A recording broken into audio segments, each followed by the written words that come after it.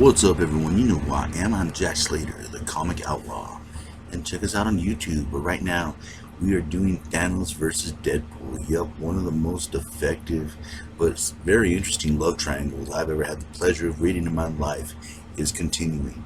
Mistress Death has been kidnapped, and her two lovers, Thanos and Deadpool, have been sent out in order to find her. For without death, the universe cannot die. Everything, and I mean everything, is still alive. We're having a sort of a flashback right now, back in the Weapon X days, with good old Francis Fanny, to be exact, is kind of experimenting on Deadpool. He actually has a machine that ripped his heart out, and Death kind of visits him again, and then he's awakened in Thanos' lab. And Thanos says that he has a bunch of machinery that did help. Of course, his healing factor did play a very important role in him coming back to life. And now Thanos has just kind of been torturing Francis for days and days, trying to find out where Death is. But he's been to hell, so it's kind of hard to find a torture that will stick. So, Thanos starts explaining that he has a begrudging respect for Deadpool because he refused to die. Much like Thanos, like when he was a baby and he had to kill his own mother. But anyways, after a slight bonding, Thanos gives Deadpool the control to torture him. And, Deadpool's just having fun pushing the button, while Thanos realizes that it may be Mephisto that has kidnapped her.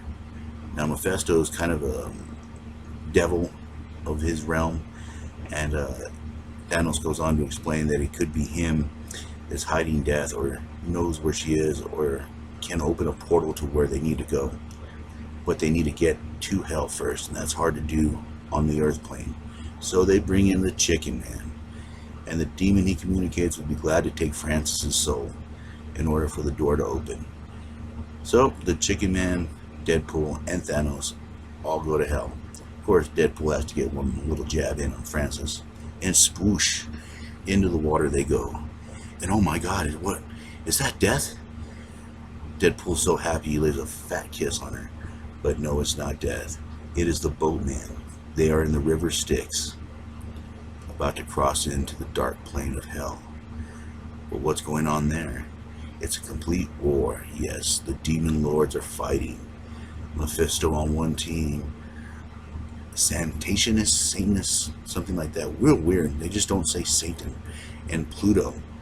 So the different gods of the underworld right now are having a feud, which they seem to do a lot. I mean, there's really nothing to do in hell, and there's a bunch of murderers and psychopaths. I mean, what do you expect? But anyways, the Chicken Man goes on to explain that the longer they're here, the more chance they have of being spotted, because their bodies are like beacons, and anybody they've killed is going to rage out and come after them. Which Thanos and Deadpool have killed quite a few people, and aliens, and basically everything else in the world. Now, as everybody shouts out names, Deadpool likes to point out to Thanos that they were shouting out his name more than his, which is an ego thing, because I'm pretty sure Thanos has killed more people. I don't have the numbers, but I'm very sure that Thanos has probably killed more people. But anyways, the fight begins as these creatures, aliens, mercenaries, bloodthirsty bandits, they all attack Thanos and Deadpool. And they're ready for a fight. I mean, Thanos alone could kill thousands of people with his energy blast. And Wade Wilson is pretty annoying and good with a sword. But anyways, Mephisto is sitting there with Lilith, and they're kind of discussing the affairs of hell right now. And Mephisto's army is not doing too well. He's trying to find allies, and he's kind of laments that he had doom in the palm of his hand, and then he vanished. And then one of the representatives come up and tell him that Thanos and Deadpool are here. And he thinks that he might be able to turn this into an advantage and get an edge up on his competition. And I just love how Deadpool and Thanos are just having a good time, killing their way through here. And Thanos is actually kind of, for the first time, really enjoying himself. I mean, he had a lot of stress to release. So this is Thanos' mother trying to kill Thanos again. She tried to kill him as a baby, and Deadpool just slices her down after calling her a cougar, of course. And Thanos actually appreciates it. These guys are actually sort of bonding in a very odd way. But right in the middle of the rumble, Mephisto comes up, throws up a ring of fire, and starts to lay down a fat lie that is one of his Dark Lord rivals that have stolen death. And Thanos picks him up by the neck. And Thanos knows that he's lying because he's the Lord of Lies, and his lips move. There's probably a lie coming out of him. So Thanos applies a little pressure, starts squeezing on his neck a little bit. And this is where Mephisto just kind of says, without death, there's no new souls. Without no souls, he starts to lose his power. And it's just one perpetual war since there's nothing coming in. And Deadpool at this point believes him. But the Chicken Man starts coughing and coughing.